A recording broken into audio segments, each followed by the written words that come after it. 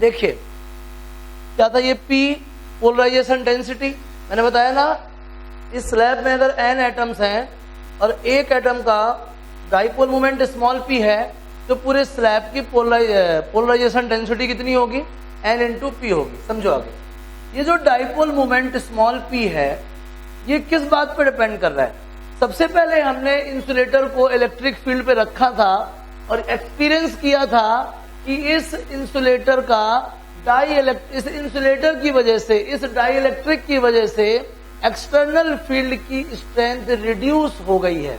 देखा था ना आपने, मैंने लिखा था formula E net is equals to E not minus E induced, ठीक है ना। E नॉट मतलब इनिशियल फील्ड और E इंड्यूस्ड मतलब इसमें जो डाइइलेक्ट्रिक में फील्ड जिसकी वजह से इंड्यूस हुआ था, ठीक है ना। समझो उस इंड्यूस्ड फील्ड ने एक्सटर्नल फील्ड की स्ट्रेंथ को कम कर दिया, है ना। और मतलब ये सब कम क्यों हुआ? क्योंकि उस डाइइलेक्ट्रिक में पोल्स जनरेट हो गए थे।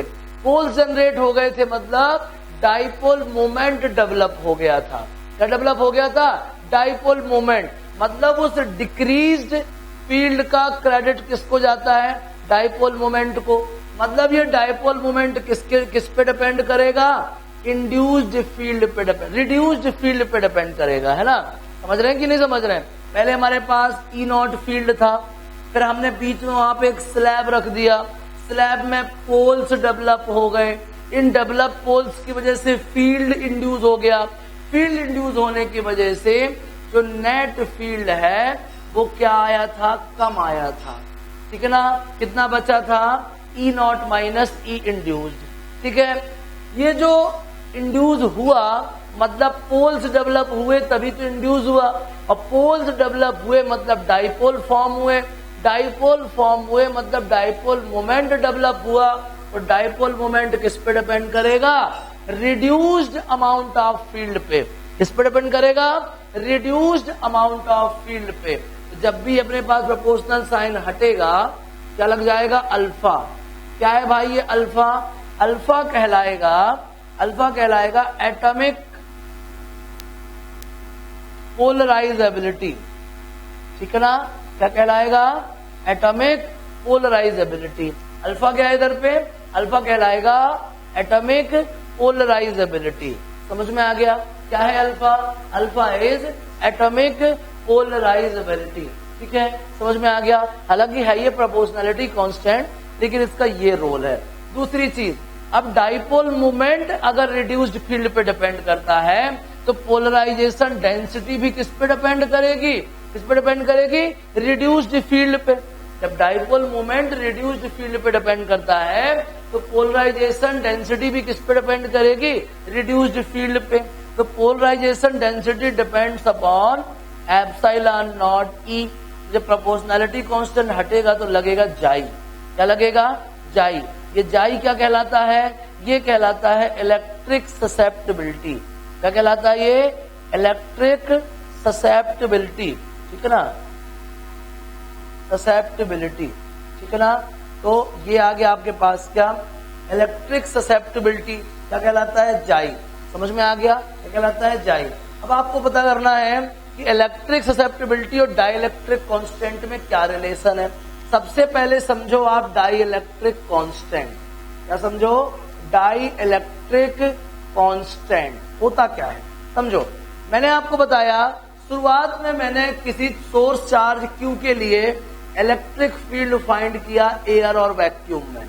उसकी वैल्यू आई KQ अपॉन R स्क्वायर या 1/4 pi epsilon not Q upon R square. मैंने फिर एक सोर्स चार्ज के साथ साथ बीच में एक डाइइलेक्ट्रिक स्लैब रख दिया, तब मैंने इंटेंसिटी फाइंड करी, मतलब E एट मीडियम। तो मुझे क्या मिला? 1/4 pi epsilon not capital K Q upon R square. अब जब मैं डिवाइड कर रहा हूं E एयर को E मीडियम से तो मुझे क्या मिल रहा है? Capital K। What is capital K? That is the dielectric constant. What is dielectric constant?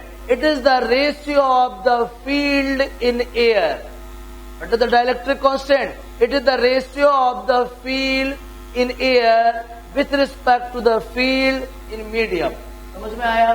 Dielectric constant क्या है? ये फील्ड्स का रेशियो है। कौन से फील्ड का?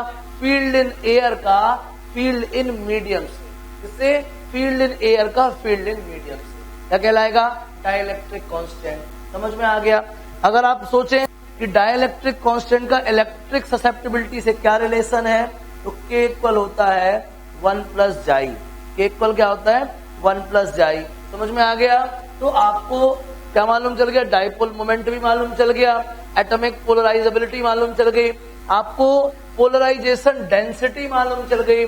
अगर उस स्लैब में n एटम्स हैं और एक का डाइपोल मोमेंट स्मॉल p है तो कैपिटल P क्या होगा? n into P. ठीक है ना? और ये पोलराइजेशन डेंसिटी किस पे डिपेंड करती है? रिड्यूस्ड अमाउंट ऑफ फील्ड पे। ये जाई क्या कहलाता है? Electric susceptibility. ठीक है ना? समझ में आ गया? और जाई और के में ये रिलेशन होता है। सबको बढ़िया है? समझ में आ गया? ये डाइलेक्ट्रिक कांस्टेंट जो है अलग अलग मीडियम के लिए अलग अलग रहता है। ठीक है ना? समझ में आ रहा है कि नहीं आ रहा है?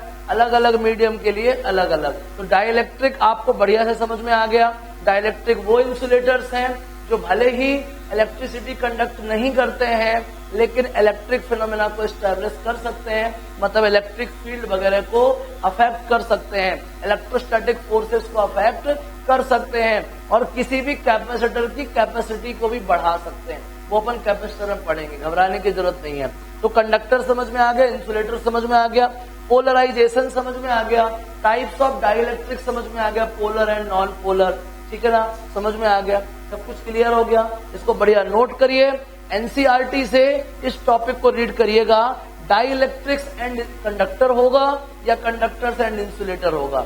टॉपिक का नाम या तो डाइलेक्ट्रिक्स एंड कंडक्टर्स होगा या कंडक्टर्स एंड इंसुलेटर। बढ़िया एनसीईआरटी से 2 बार 4 बार 10 बार रीड करिए, अंडरलाइन करिए, कैसा भी डाउट है कॉल करिए, छाप लीजिए, उसको रीडिंग करते रहिए।